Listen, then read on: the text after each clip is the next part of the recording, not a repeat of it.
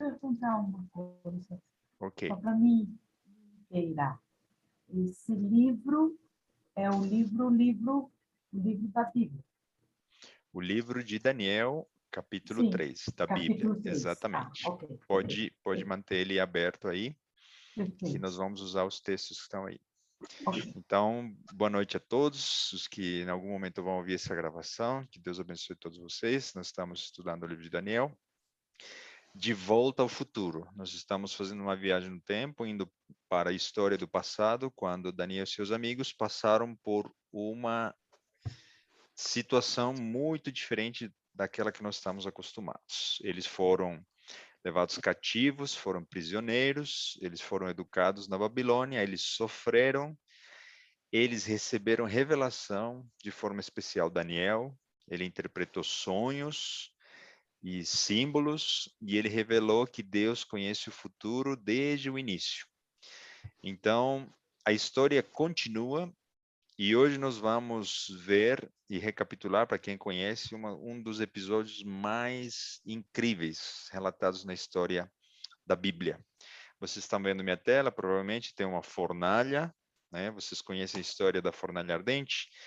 Daniel e seus amigos, perdão, nesse caso apenas seus 3 amigos, Daniel não estava lá, seus 3 amigos foram colocados dentro de uma fornalha de fogo ardendo.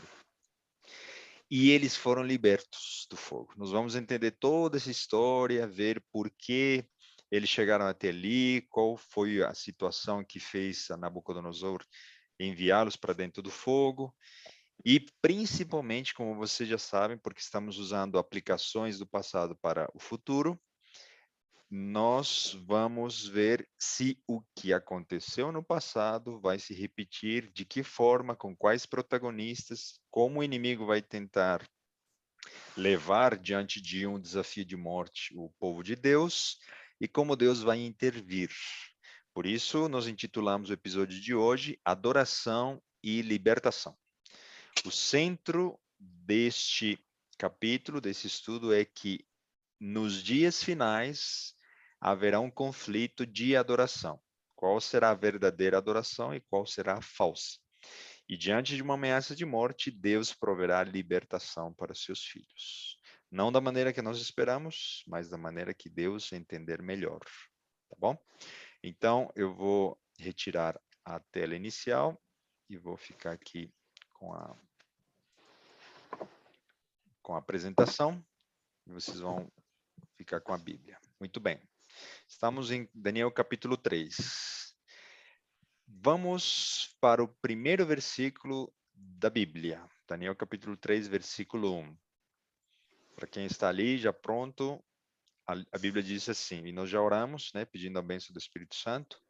A Bíblia diz assim: o rei Nabucodonosor fez uma estátua de ouro, cuja altura era de 60 côvados e a sua largura de 6 côvados. Levantou-a no campo de Dura, na província da Babilônia. Essa descrição é muito interessante. Nós vamos falar daqui a pouquinho dessas dimensões, o que estava acontecendo ali, tá bom? Então, interessante é que Nabucodonosor, alguns anos depois, e a Bíblia não revela quantos, mas os estudiosos inferem de que foram vários anos depois, de ter recebido um sonho e a revelação do sonho, ele decide construir uma imagem, tá? Ele faz uma estátua de ouro. Então, eu pergunto para vocês, quem esteve no estudo passado, a estátua de Daniel capítulo 2, ela não é formada por apenas um único elemento metálico, o ouro. Ela é formada por vários, lembram-se? Ouro, prata, bronze, ferro. Esses elementos deixavam uma mensagem muito clara de que o reino de Nabucodonosor não perduraria para sempre. Então, o que Nabucodonosor faz? Mais ou menos 2 décadas depois, ele constrói uma estátua de ouro puro. Ou seja, qual era a mensagem que Nabucodonosor queria transmitir? O meu reino não vai passar.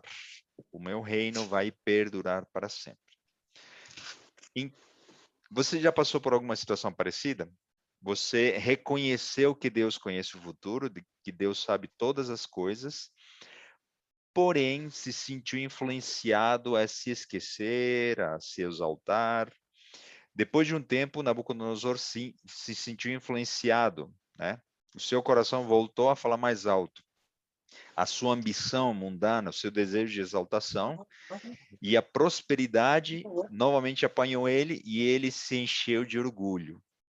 E num dado momento, ele cessou de honrar a Deus, né? Porque ele tinha reconhecido que apenas Deus consegue revelar os sonhos e o futuro.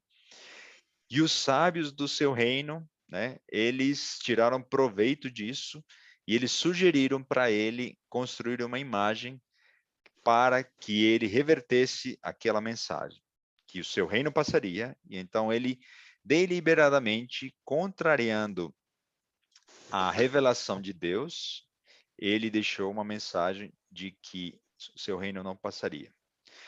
Há uma lição muito interessante para todo cristão nesse primeiro fato. Alguns acham que a experiência do passado, as decisões, né, a favor de Deus, de Cristo, do passado, são suficientes para nós chegarmos até o céu.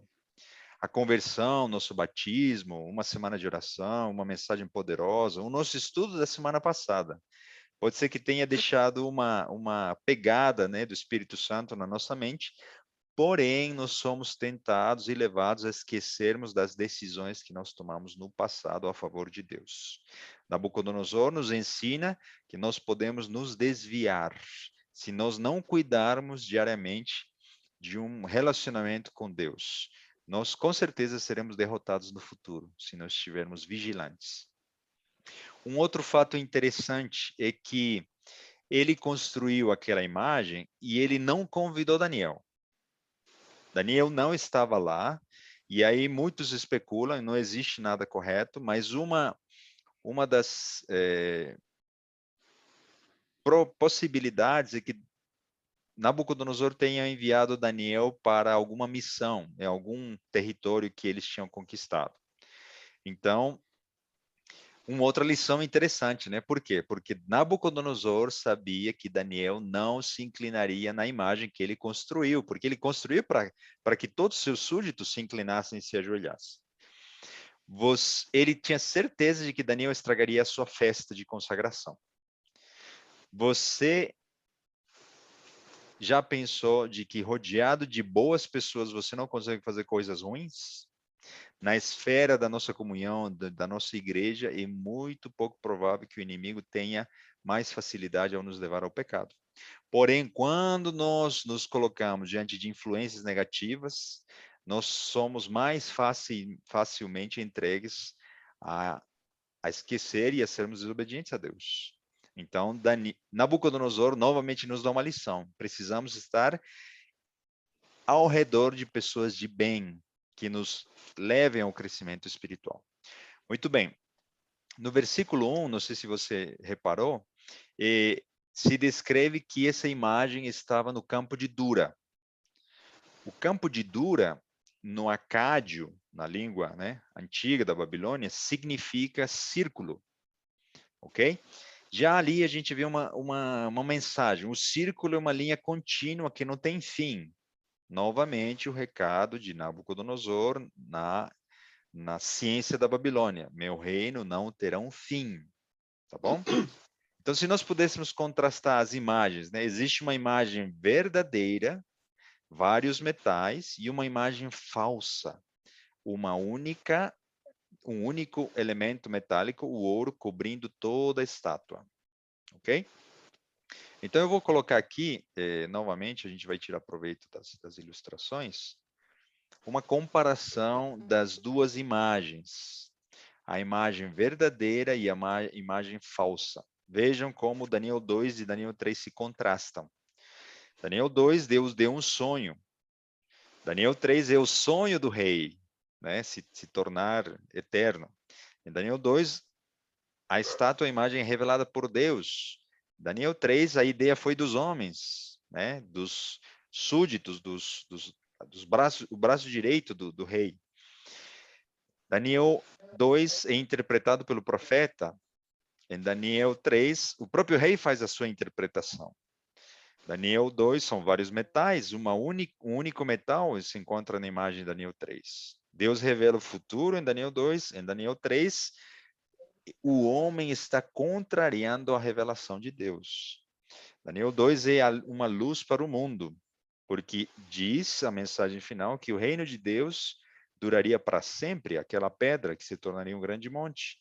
Já a imagem de Daniel 3, uma falsa imagem, é um engano para o mundo, dizendo que uma invenção humana, uma instituição, um reino poderia durar para sempre. Daniel 2, Israel está abençoando o mundo, aquela pedra, né? E o Israel espiritual dos últimos dias. Em Daniel 3, Israel está submisso, sucumbindo à influência de Babilônia. Daniel 2, você vê o reino eterno de Deus, e Daniel 3, o reino temporal de Nabucodonosor. Quem é adorado em Daniel 2? Deus. Quem é adorado em Daniel 3, na imagem? Deuses. Reparem que a mensagem não é apenas o ouro. Tudo que está por trás é algo que resume rebelião, mentira, engano, tudo criado e instigado pelo inimigo. Ok? Então, novamente vou interromper a apresentação. Vocês percebem quem estava por trás das ideias colocadas a Nabucodonosor, o inimigo. Tá bom? Você se lembra que eu mostrei um tablet onde estava escrito excelência, né? O teu reino dure para sempre, era um tablet da Babilônia. Esse era o desejo do rei.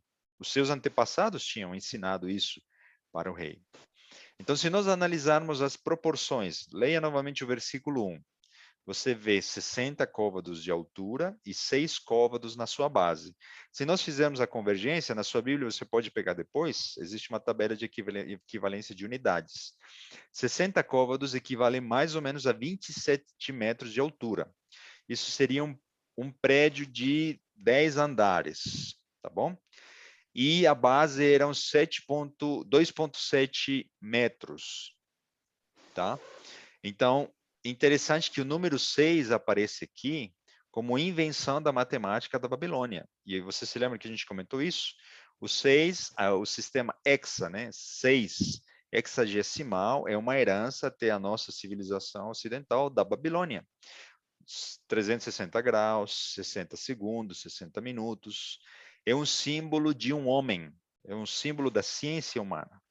Então, a engenharia da Babilônia conseguiu criar uma imagem de ouro puro de 27 metros de altura. Imaginem vocês, essa imagem era impressionante, tá? Eu queria trazer aqui agora, novamente, uma conexão com o que nós falamos no estudo anterior. Você se lembra quando eu disse de que Babilônia teve sua origem na mesma filosofia de Babel? Babilônia. Se nós fizermos uma comparação da Torre de Babel com a imagem de Daniel 3, nós vamos ver de que a Torre de Babel foi construída numa planície também. As obras do homem estavam colocadas naquela torre. A Torre de Babel representa a união de vários povos, tá bom? Quando Nabucodonosor mandou reunir todos os seus súditos, então uma congregação, uma unidade. Babel representa a rejeição da destruição. A imagem de Daniel 3 representa a rejeição da sucessão dos reinos. Na Torre de Babel nós temos uma imagem ilustrativa aí à esquerda, uma torre, ok? E é por isso, por essas semelhanças entre a Torre de Babel e a imagem de Daniel 3, que alguns estudiosos acreditam que a imagem poderia ter sido colocada em cima de uma torre. Porque se você pensa comigo, como é que 27 metros de altura poderiam estar bem sustentados em 2,7 metros de largura, né, na sua base? É algo desproporcional para uma imagem de uma escultura. Então, pode ser que a semelhança de uma torre de Babel, a imagem de Daniel na Babilônia tenha sido colocada em cima de uma espécie de torre, de forma que você tinha a proporção entre a base e a altura de forma um pouco mais coerente. Tá bom? Muito bem. Então, eu queria que vocês pensassem agora no seguinte: será que nos últimos dias vai existir uma reunião dos povos, uma união das religiões, e elas vão se unir em rebelião contra os mandamentos de Deus, e deliberadamente eles vão infringir um dos mandamentos de Deus, ou alguns dos mandamentos de Deus? Você acha que essa mensagem não está sendo colocada nessas duas torres, tanto na de Babel quanto na da imagem de Daniel 3? Eu estou só colocando algumas questões que nós vamos apresentar mais detalhes e mais argumentos, tá bom? Apenas para você pensar, né? Só como, não estou dizendo que signifique isso, mas apenas para você pensar. As Nações Unidas é uma representação de um desejo de que todos os povos estejam unidos. E a sua sede se encontra numa torre, em Nova York. Né? Só para deixar um insight para vocês pensarem. Um detalhe interessante, Deus colocou, né, línguas diferentes, né? Deus dispersou os povos através de línguas diferentes. Se o mundo inteiro tivesse uma única língua, em rebelião nós teríamos nos unido contra os desígnios de Deus e há muito tempo atrás nós teríamos formado um bloco comum. Vocês sabiam disso?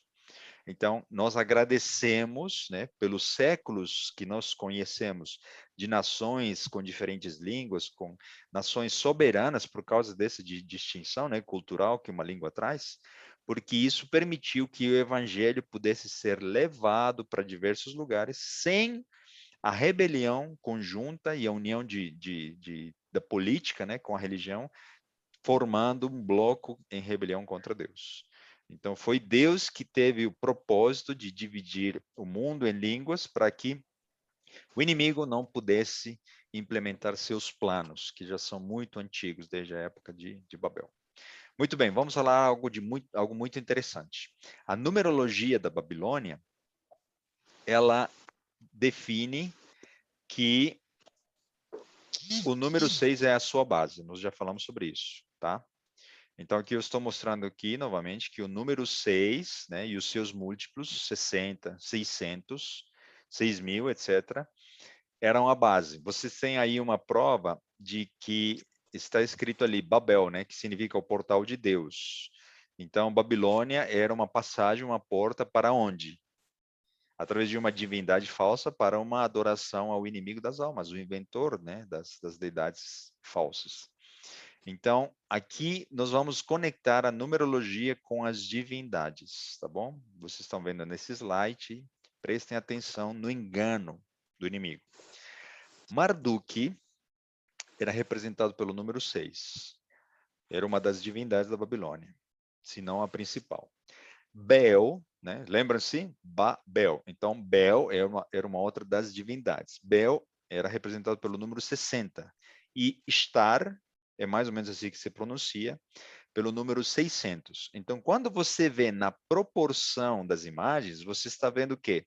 Marduk, Bel e Star. Isso significa que as divindades estavam colocadas nas proporções e dimensões daquela imagem. Tá bom? Marduk era um deus protetor da cidade da Babilônia e ele tinha um vínculo com aquele que fundou a Babel, tá? Nimrod e seu filho Tammuz. O interessante é que na cultura da Babilônia, na religião deles, Marduk matou uma deusa, um dragão, chamado Tiamat, tá? Ela era uma deusa dos mares, do caos, da escuridão. Então, quem era Marduk? Ele era um anjo, tá? Que destrói um dragão. Então, o dragão queria tomar o lugar de Marduk. Por isso, Marduk o expulsou do céu. Ok? Então, como Marduk venceu essa divindade, ele se tornou Deus. Então, na teologia, e na religião da Babilônia, quem expulsa o dragão não é Cristo. Se você conhece um pouco de Apocalipse, você vai ver de que o Apocalipse descreve que quem expulsa o dragão é Deus, né? É Jesus. Mas na religião da Babilônia, quem expulsa o dragão é um anjo chamado Marduk. Então, quem está se colocando no lugar de Cristo na religião da Babilônia? Satanás, o inimigo, na representação de Marduk. Então, quem é adorado através das divindades da Babilônia era Satanás, porque ele era o bom da história, né? O príncipe, o bonzinho da história que expulsa o dragão. Então, vejam como Satanás inverte os papéis, se coloca no lugar de Cristo para receber a adoração. Então, vocês estão começando a perceber de que não é apenas uma imagem, uma escultura. Havia na simbologia toda uma mensagem e um legado de idolatria, de paganismo, de engano. Por isso é que outros estudiosos propõem a possibilidade de que a imagem de Marduk estava representada na imagem. Tá bom? Então, se ele construiu tudo de ouro, ele bem poderia, Nabucodonosor, ter decidido representar um anjo, Marduk, né? A sua principal divindade na imagem de Daniel 3. E o recado de que os 660 estava tudo ali, era para dizer que todas as divindades estavam representadas naquele momento. Você já ouviu falar do 666? Como marca da besta que se encontra em Apocalipse 13? Você vê agora um recado da Bíblia na história de Daniel como divindades falsas, Satanás sendo adorado, uma falsa religião, uma falsa imagem, com os mesmos números nos seus múltiplos, 666. As histórias de Daniel 3 e Apocalipse 13 são tão semelhantes que vocês vão ficar impressionados daqui a pouco, tá bom? Então, nós vamos de novo para a Bíblia. Parece que estamos demorando um pouquinho, mas vamos para o versículo 2. Cada detalhe é muito importante. Daniel, capítulo 3, versículo 2. A Bíblia diz assim: Então o rei Nabucodonosor mandou reunir os príncipes, os prefeitos, os governadores, os conselheiros, os tesoureiros, os juízes, os capitães e todos os oficiais das províncias, para que viessem à consagração da estátua que o rei Nabucodonosor tinha levantado. Versículo 3. Então se reuniram os príncipes, os prefeitos, os governadores, os capitães, os juízes, os tesoureiros, os conselheiros e todos os oficiais das províncias, a consagração da estátua que o rei Nabucodonosor tinha levantado. E estavam em pé diante da imagem que Nabucodonosor tinha levantado. Qual é a palavra-chave ali? Reunião, congregação, união. E a segunda é a imagem. A imagem era o centro das atenções daquela reunião, tá? Então, nós vemos que aqui a intenção de Nabucodonosor era dedicar essa imagem, consagrar, ok? Então, era um ritual não apenas político, né? Não era uma cerimônia política, não era uma cerimônia religiosa com as divindades da Babilônia. Daniel capítulo 3, 4 e 5. Vamos ler juntos. Versículos 4 e 5.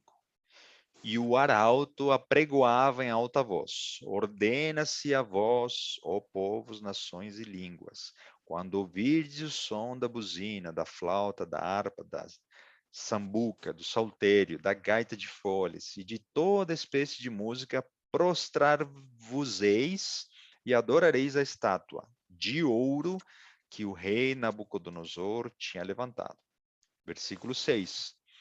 E qualquer que não se prostrar e não adorar, será na mesma hora lançado dentro da fornalha de fogo. Perceberam? Uma ordem muito clara. Todos, quando ouvirem o som dos instrumentos, tinham que se ajoelhar diante da imagem. Um ritual, né, uma cerimônia religiosa. Queria destacar algumas coisas aqui. vejam que existe todo um formalismo, né? Todo um procedimento, toda uma sequência. E um outro aspecto é que a pressão, uma ameaça de morte, faria com que todos fossem obrigados para se inclinar. Então, eles tinham que ficar nos seus lugares, eles tinham que. Eu pergunto para vocês, se havia uma conveniência de todos os súditos ali ou não? Porque se o súdito não se ajoelhasse, ele podia perder não só a vida, né? Podia perder o emprego, podia perder o cargo, ele perderia tudo, a sua família.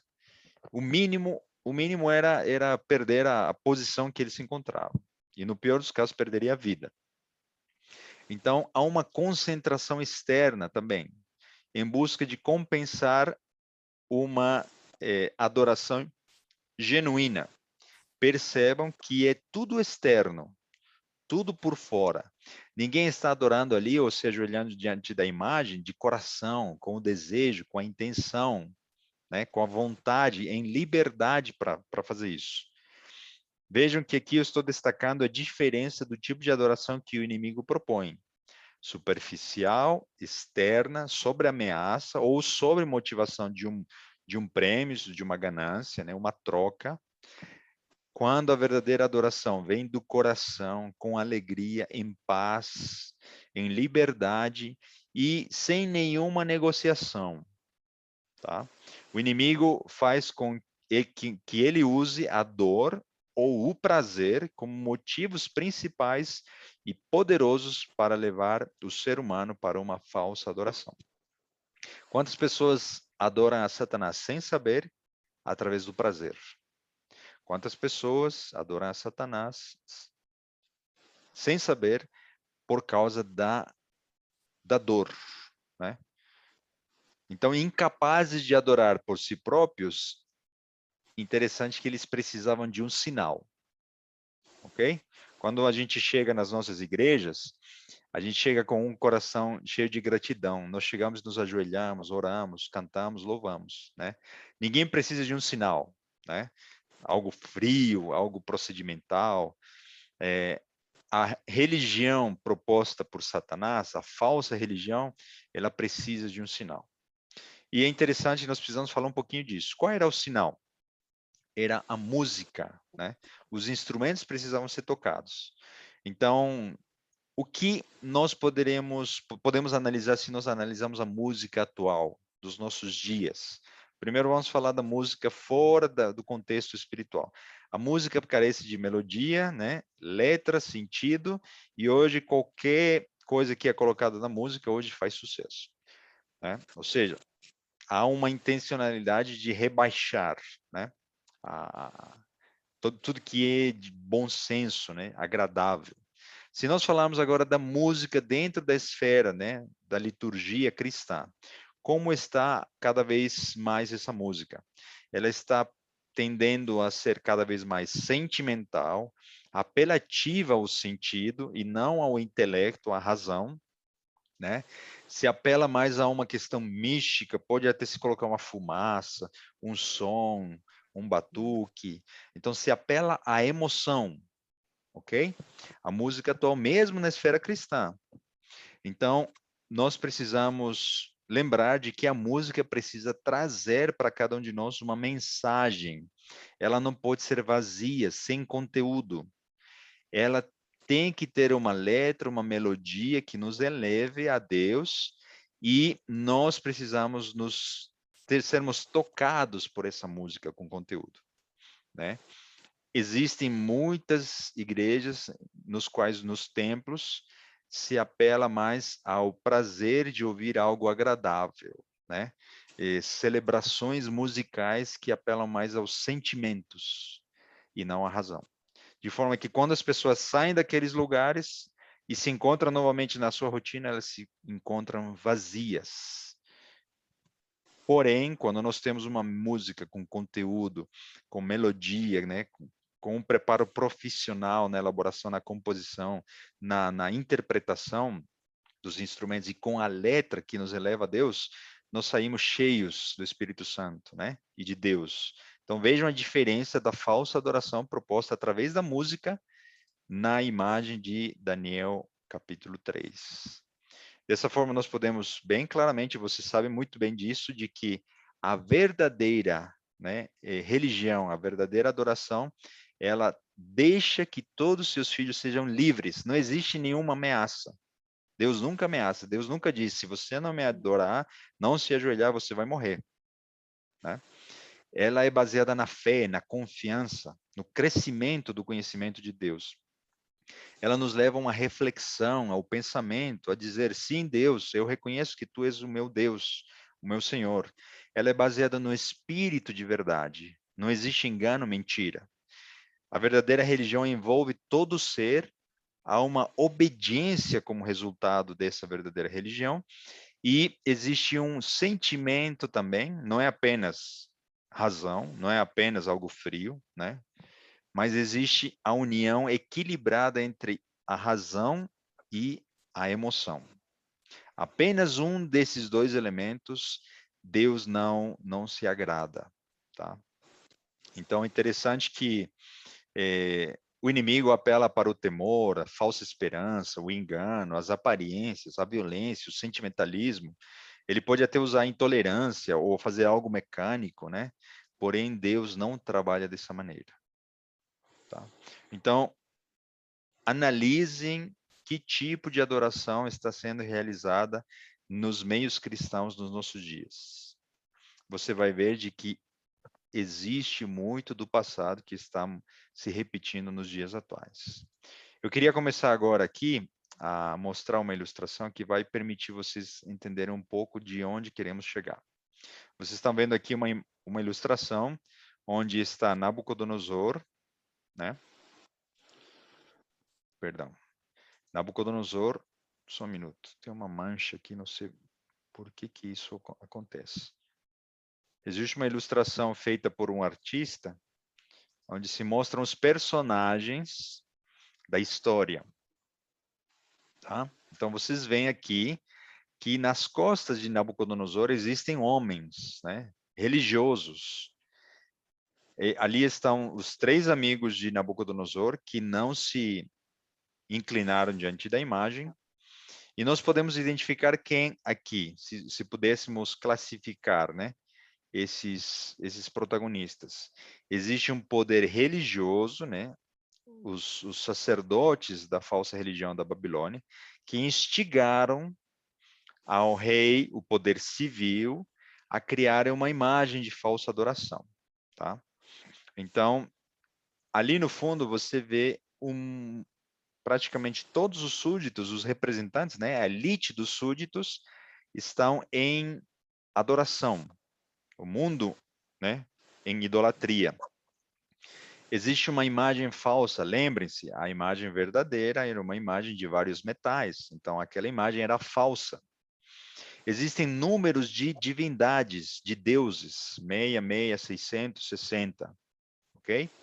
Existe um decreto de adoração à imagem falsa, um decreto de morte. E existe um remanescente, um povo escolhido por Deus, 3 meninos que representam esse grupo.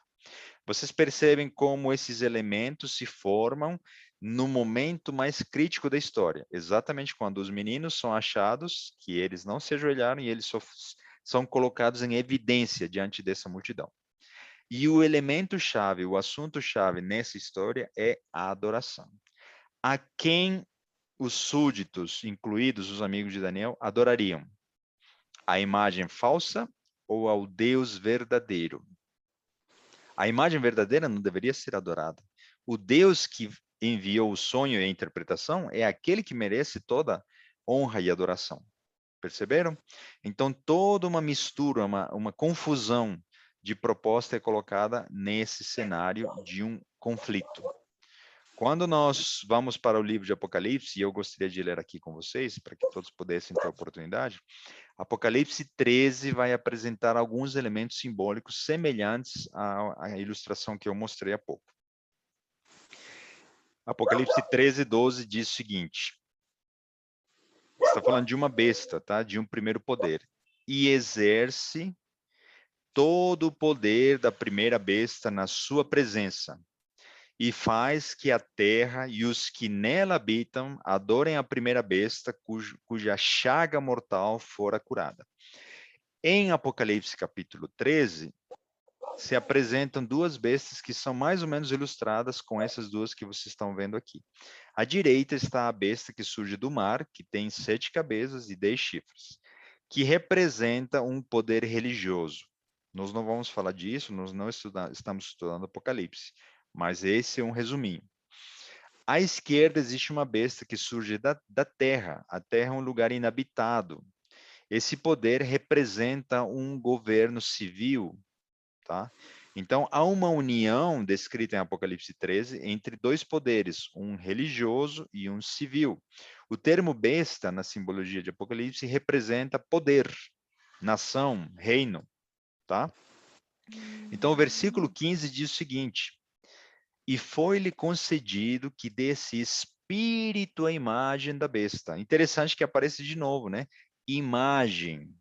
Daniel 13 e agora, perdão, Daniel 3 e Apocalipse 13. Há uma imagem de uma besta. Para que também a imagem da besta falasse e fizesse que fossem mortos todos os que não adorassem a imagem da besta. Percebem que há uma ameaça de morte para todos aqueles que não se ajoelham e não adoram a imagem da besta? Se estamos falando desses símbolos, obviamente quem está por trás desses poderes é Satanás, escondido em poderes religiosos e políticos e operando através deles. Se você não acredita isso, eu vou apenas te dar um exemplo bem rápido. Quem foi que tentou matar Jesus quando ele era bebê? Foi Roma, através e instigado pelo inimigo. Então, quem queria matar a Jesus quando ele nasceu? Satanás. Como ele não podia atuar de forma direta, ele usou o império da Roma na figura de Herodes e ele tentou matar todos os bebês. E teve sucesso, menos com. Ele não conseguiu matar o filho de Deus, não é verdade? Então, Satanás usa os impérios, os reinos, para tentar atingir os seus objetivos. Tá bom? Versículo 18, vejam. Aqui há sabedoria. Aquele que tem entendimento, calcule o número da besta, porque é um número de um homem, e o seu número é 666. Que interessante!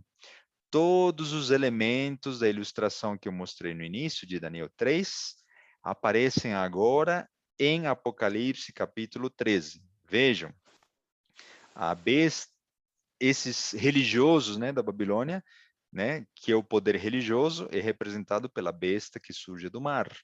O poder civil que surge da terra, né, em Apocalipse 13, é representado por uma besta que surge da terra. O mundo inteiro vai se encontrar em idolatria, porque essa união vai levar ao mundo inteiro ao engano. E aí vai existir uma ameaça de morte, ok? E o número 666, um número de homem, número de falsa adoração, constituirá o engano, né, final. Então, esses dois poderes vão erguer uma imagem que deverá ser adorada. E é um decreto de falsa adoração, e todos aqueles que não se ajoelharem diante da imagem da besta deveriam ser mortos. Porém, e aí nós não mostramos os textos, mas isso é muito claro em Apocalipse, Deus preservará um povo escolhido, um grupo que decidirá não se submeter ao decreto, não se ajoelhar diante dessa imagem, daquela besta, e permanecerá firme e fiel. Ou seja, haverá um remanescente, o restante daqueles que acreditam na verdadeira adoração. Você achou que tudo isso é uma coincidência? Como é que todos os elementos, os símbolos, os protagonistas de Daniel 3 se repetem tão claramente e se encaixam tão nitidamente na simbologia de Apocalipse 13? Isso não é coincidência. A história de Daniel 3 é uma ilustração do que ainda vai ocorrer. E eu já estou falando um pouco de o que vai acontecer, e me permitam dar mais uma prova dessa semelhança entre esses dois capítulos da Bíblia. Daniel 3, você vê os versículos descritos na coluna esquerda e Apocalipse 13 na coluna direita. Existe um personagem, né? Um soberano, todo-poderoso, ali está o versículo 1, comparado com o versículo 11. Existe uma imagem falsa, versículo 2, versus versículo 14. Existe uma adoração forçada, versículo 5 e versículo 15. Existe uma união entre um poder civil e um poder religioso, versículo 2 e 12. E nós falamos bastante no estudo passado, na tentativa de unir a religião com a política para forçar a criar uma nova ordem mundial, um novo mundo, um novo governo mundial, né? Um novo poder globalizado. E nós vemos na situação atual, no contexto da pandemia, que isso está sendo acelerado, tá? Essa união. Então, existe um decreto de morte, versículo 6 e versículo 15, e existe um remanescente fiel. Não estão alguns elementos, tá? Que estão em Daniel 3, mas estão implícitos ali. Um tempo de tribulação, um tempo de angústia, porque precisamos ser honestos. Sofrer ameaça de morte e ser levado para diante de uma fornalha ardente é uma baita de uma situação angustiante, né, na mente desses jovens. Algo que vai ocorrer no futuro e que também está em Daniel 3 é um livramento miraculoso. Deus vai intervir. E nas entrelinhas nós vemos também o quê? Que a mensagem da verdadeira adoração será pregada de forma muito rápida e muito intensa. E eu já estou me adiantando um pouco da história, porque quando os amigos de Daniel foram libertos, em quanto tempo todos os súditos souberam quem era o Deus verdadeiro? Em fração de segundos, todos viram de que esses jovens não se queimaram e que as divindades da Babilônia nada conseguiram fazer com esses meninos e que o Deus verdadeiro era o Deus dos judeus, desses três meninos. Quanto tempo levará para a verdadeira mensagem, o verdadeiro evangelho ser pregado ao mundo inteiro, para que então venha o fim e Jesus possa voltar? Nós não podemos mensurar. E por ação divina e pelo poder do Espírito Santo, né, levará pouquíssimo tempo. Então, há muitos que acham que o evangelho demorará muito para ser pregado e nós ainda temos tempo, no ritmo que nós estamos evangelizando as pessoas, na África, na Ásia, não existem cristãos e eles não conhecem nem ouviram falar de Jesus, muitos se enganam e postergam, né, na sua mente a segunda vinda de Jesus, achando que essa pregação ainda vai demorar muitos e muitos anos. Não se enganem. Deus precisa de poucos homens e pouco tempo para, com o seu poder, terminar a sua obra, tá bom? Nós vamos interromper os slides e voltamos para a Bíblia. Esse estudo, queridos, é tão fascinante que nós vamos dividir em duas partes, tá bom? Então, se você perdeu essa primeira parte, né? Perdão, se você está assistindo essa primeira parte, você não pode perder a segunda. E você tem que convidar alguém para assistir a segunda parte. Daniel capítulo 3, versículos 8 e 9. Leiam comigo. Por isso, no mesmo instante, chegaram perto alguns caldeus e acusaram os judeus. E responderam, dizendo ao rei Nabucodonosor: Ó rei, vive eternamente. O que vai acontecer nos últimos dias?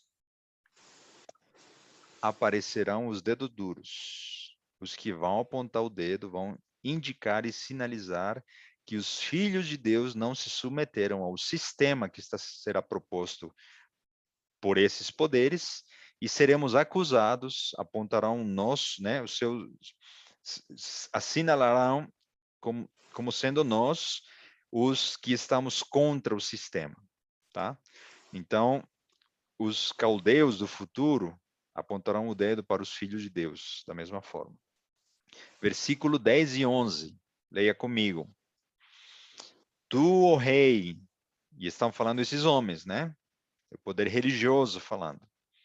Tu, ó rei, fizeste um decreto pelo qual todo homem que ouvisse o som da buzina, da flauta, da harpa, da sambuca, do saltério, da gaita de folés e de toda espécie de música se prostrasse e adorasse a estátua de ouro, e qualquer que não se prostrasse e adorasse seria lançado dentro da fornalha de fogo ardente. Qual é a continuação? Versículo 12, as palavras desses homens. Ah, uns homens judeus, olha, eles conectam a origem desses jovens. Olha, eles são escravos, eles só foram submetidos pelo teu poder, são judeus, não são da Babilônia. Há homens judeus, os quais constituíste os negócios da província da Babilônia. Ou seja, eles eram os líderes da capital do império. Esses três jovens eram conhecidíssimos de Nabucodonosor. Sadraque, Mesaque e Abednego, estes homens, ó rei, não fizeram caso de ti. A teus deuses não servem, nem adoram a estátua de ouro que levantaste. Lembra-se que a gente falou que essa imagem era a representação das divindades? Por isso que esses homens, sabendo disso, eles estão dizendo ali, a teus deuses não servem, porque os deuses estavam simbolizados naquela imagem. Eles foram acusados. Então, Nabucodonosor, versículo 13 e 14. Então, Nabucodonosor, com ira e furor, mandou trazer a Sadraque, Mesaque e Abednego. E trouxeram a estes homens perante o rei. Falou Nabucodonosor e lhes disse, é de propósito, ó Sadraque, Mesaque e Abednego, que vós não servis a meus deuses. Percebam novamente a ênfase? As divindades estavam simbolizadas naquela imagem. Não servis a meus deuses, nem adorais a imagem de ouro que eu levantei? Eu vou deixar em suspense o estudo aqui. Qual será o desfecho dessa ameaça de morte? Qual vai ser a reação desses jovens? Como é que Deus vai reagir? Qual é a simbologia ainda que falta ser desvendada nessa história do passado e que tem implicações no futuro? Como é que Deus vai lidar com Nabucodonosor? E eu queria terminar nosso estudo aqui apenas dizendo o seguinte: Deus também estava trabalhando no coração de Nabucodonosor. Deus queria ensinar uma lição para esse homem. Lembram-se que há dois estudos nós falamos de duas vertentes? Daniel, capítulo 1, 2 e 3, nos ensinam como Deus vai preparar o seu reino, seus filhos, e como Deus vai chamar da Babilônia, para sair da Babilônia, os seus filhos também. Nabucodonosor foi criado por Deus e foi resgatado através de Daniel e seus amigos. A Bíblia é tão maravilhosa que deixa muito claro qual vai ser a jornada dos justos e qual vai ser a jornada dos ímpios que decidem se arrepender e entregar as suas vidas a Deus. Você já recebeu convite para fazer parte do grupo que vai formar o reino de Deus, a pedra. Você foi convidado a ser uma pedra viva. Agora você está a caminho de se preparar para trazer muitos da Babilônia para fora, para também se juntarem ao grande monte. Então, semana que vem nós vamos ver como termina a história. Qual é o propósito de Deus, como e em que consiste a fé desses jovens e como nós podemos aprender desse exemplo colocado no passado. Você entendeu de que Apocalipse e Daniel se juntam de forma maravilhosa e se encaixam na sua simbologia, e nós podemos dizer o que de fato vai acontecer no futuro, sem mesmo estudar Apocalipse? Se Deus foi misericordioso, porque ele revelou ao profeta João a revelação de Jesus Cristo, ele deu um Apocalipse que descreve em muitos mais detalhes que Daniel não dá. Mas com a base que vocês estão adquirindo no livro de Daniel, vocês vão conseguir tranquilamente entender a simbologia de Apocalipse quando no futuro você venha estudar esse livro. Então, eu apelo e faço um convite, a gente sempre tem que fazer um apelo, fazer um convite para vocês, porque a palavra de Deus é muito maravilhosa. Então, eu convido vocês a aceitarem a verdadeira imagem. O reino dos homens passará. E a pandemia é a prova de que a invenção humana, em termos de governo, economia, tudo que você quiser, um dia vai ruir. Acredite na verdadeira imagem. A verdadeira imagem nos diz de que Deus conhece o futuro e que o reino de Deus será eterno. Esse reino será instaurado em breve e você foi convidado a fazer parte desse reino. Não se ajoelhe, não se submeta à falsa imagem que está se formando. Nós vamos falar mais sobre isso na semana que vem.